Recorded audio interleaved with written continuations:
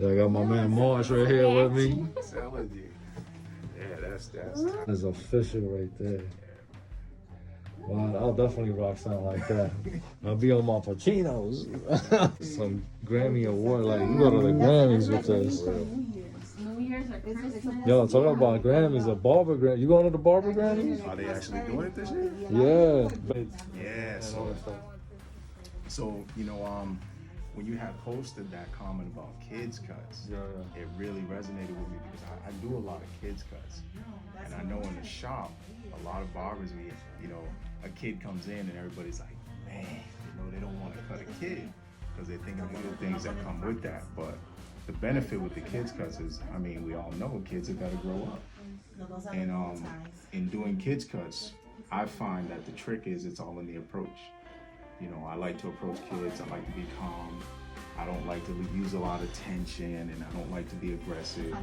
And talking to them like they're human beings. You gotta find. I feel like you gotta find their niche. Absolutely. As far as like breaking the ice with them, you gotta find something that they find themselves comfortable with, like video games.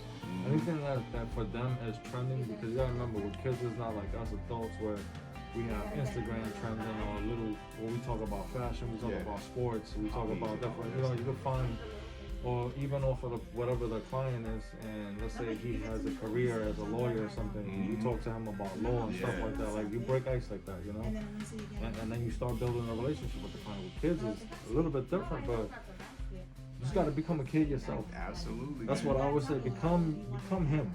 And have fun with him the same way that you think you gotta stoop down to his level. Absolutely. So you can make him feel comfortable. Because in the long term, as I said, that client turns to a loyal client. Absolutely. All the time. Like, they're gonna grow up, they're gonna keep coming to you for a very long time because mom is the only one that trusts you with his hair.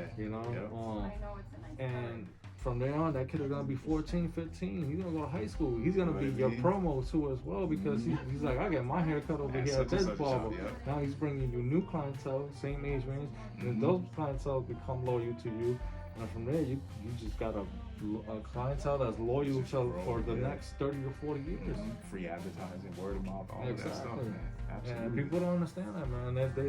It's like you said, they come through the door. They see a kid and it's like they get so bothered because it's like they don't want to deal with the hassle.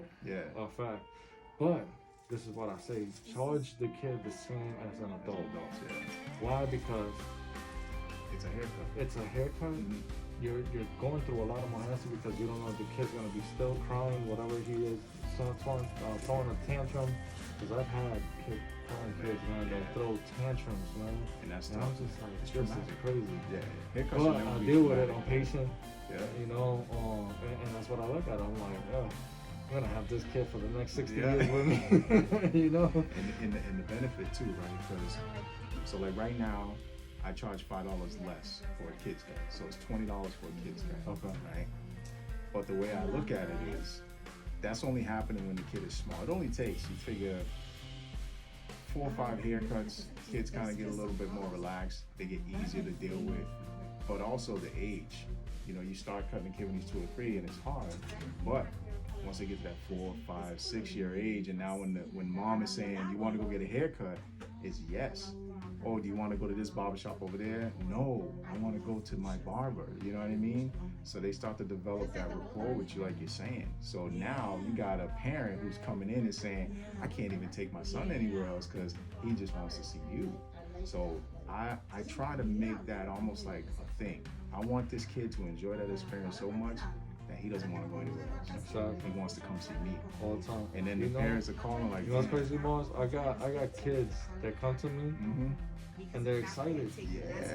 I have one kid that his mom always had me doing a design now. Little star all the time. Little star. Every Saturday, that kid hears my name. He's like, yes, Brian. You know what I'm saying? And then when he gets there, we're having fun. While his haircut, give me about 20, 25 minutes with the kid, and I'm done, and then when I talk about like booth rent, commission versus salary, is a science and a method and a structure to a system to make barbershops more successful than what they are now, especially for booth renters and people that do commission. You know, so this is a total game changer now because now we're putting barbers on salary. Yeah. Now it sounds like the supercuts places and sports clinics and so on, they pay their employees at what I say an hourly rate. Yeah.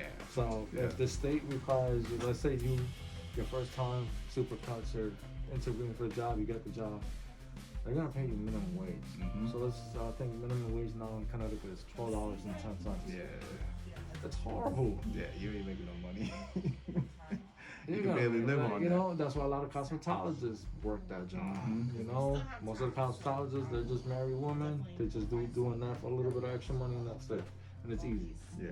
You know, especially with supercuts. Their process, they give you a machine of Andes, and everybody got to use Andes. Yeah. You gotta, Once you use Andes, you have a process on how to do the haircut and get the person out in 15 minutes, butchering the shit out of them. Yeah. And then walk out and they charge you $18.95 for tax. I walked in one day, got a haircut and everything. I just wanted to experience what it was really about now that it has been a franchise that expanded all over every 50 states. They got over states. 6,000 stores, 6,000 locations. It's crazy. And I'm just like, wow. I'm like, okay, if they could do that, just doing this hourly rate, but the barbers are not happy. The cosmetologists that are there are not happy because they're getting paid what they're getting paid. Yeah. Plus, they put your tips on the cards, and your tips are actually getting taxed as well. I heard too, and I heard So that sucks. Yeah. You're losing about $1 to $2 on that. So plus your taxes taken out of your weekly check, what you get paid from what you cut all week. Yeah. So that 12.10 is down to like 11.75. Yeah, You know? so it's crazy. So I'm like, there's got to be a method where the barber can make 6 figures along with the barbershop. I learned that from a Russian guy that I worked with in 2037.